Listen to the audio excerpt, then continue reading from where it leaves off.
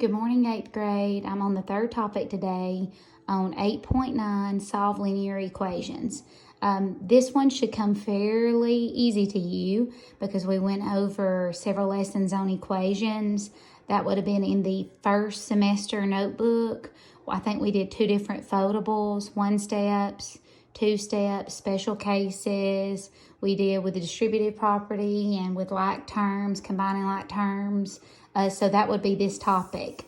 If you'll look at the notes page that you were given in your packet, there is an example of each.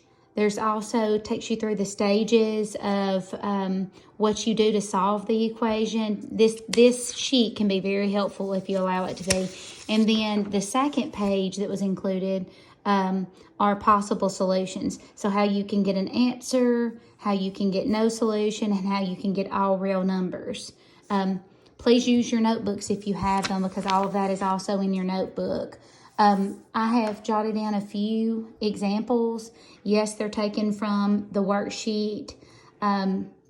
So I'm going to do number 1, number 2, number 9, number 10, number 23, and 26. So within those 6 problems, maybe that'll help you to be able to better solve this worksheet. Number 1 is a 1-step. So I'm going to write out to the side. It's a 1-step equation. One thing to solve, you move the 6 to the other side. You make sure that you do the opposite sign. If it's subtracting, you have to add. But then you always look at your integer rules over here. The minus 6 and plus 6 cancels out, leaving you with just x on the left side. And negative 25 plus 6 would be negative. We have 5 minus 6, that would be 9. And then cancel out the 2 and put a 1, that would be negative 19.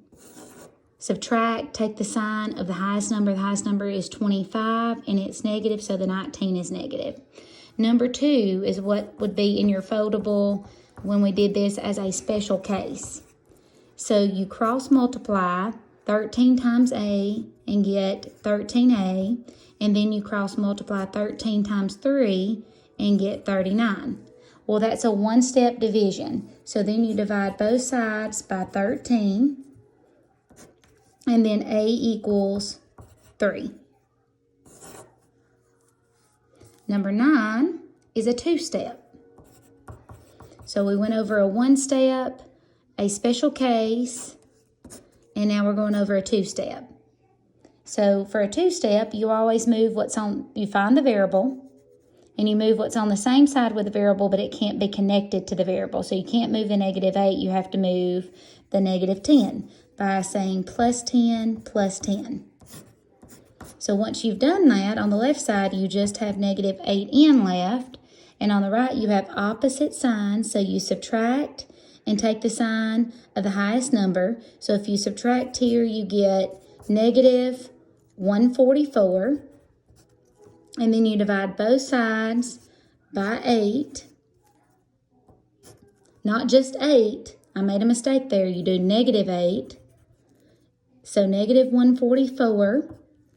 And even if you don't have a calculator at home, just go out to the side. 144 divided by 8 and just handwrite it out. 8 will go into 14 how many times? 8 times 1. If you do 2, that would be 16, so it would go over. So 14 minus 8 would be, well, you subtract 6, and then you bring down your 4. 8 into 64 would go 8 times. So the answer would be positive 18, and it is a positive because negative 144 divided by negative 8 should be positive 18. So now we go down to number 10, and it's also a 2-step. And I'm going to show you the difference between 9 and 10. 10, same thing you did on number 9. You find the variable. Here's the variable. You don't move what's connected to the variable, but you move what's on the same side as the variable, which would be the negative 9. So you add 9 to both sides. And when you do that, you get negative 13 plus 9. That would be negative 4 because you subtract and you take the sign of the highest number and you bring down x divided by 3.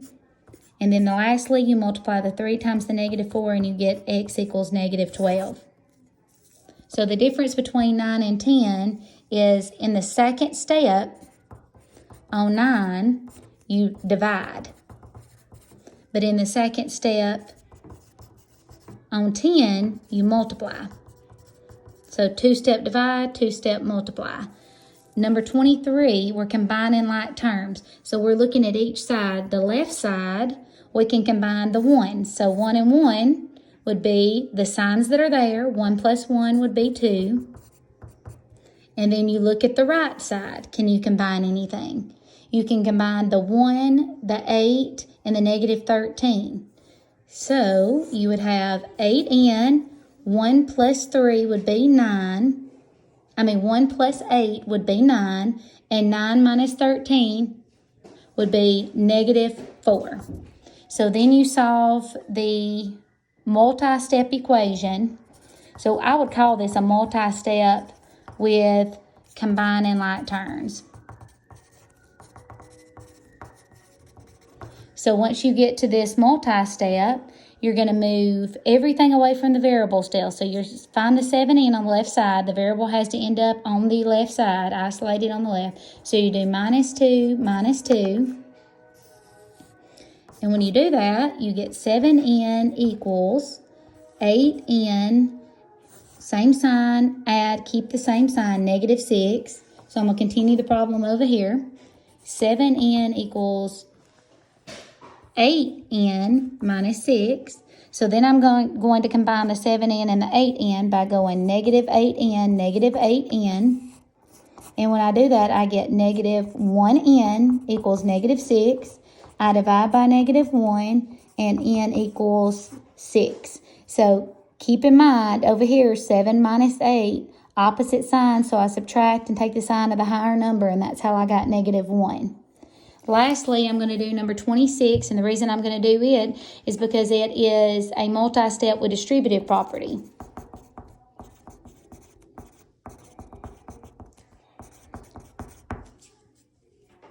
So I'm going to do the distributive property first. 5 times 2 would be 10.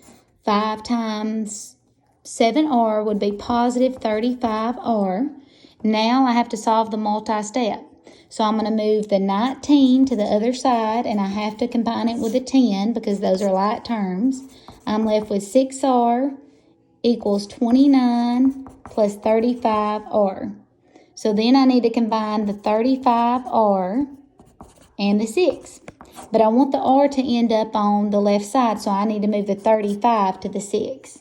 So I take 6 and I say minus 35, which would be opposite sign. So you subtract and take the sign of the higher number. So that would give you negative 29r equals 29.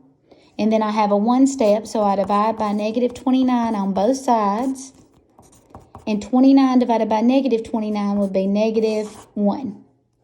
I hope you find these examples helpful, and I will be doing one last video on the last topic in the next few days.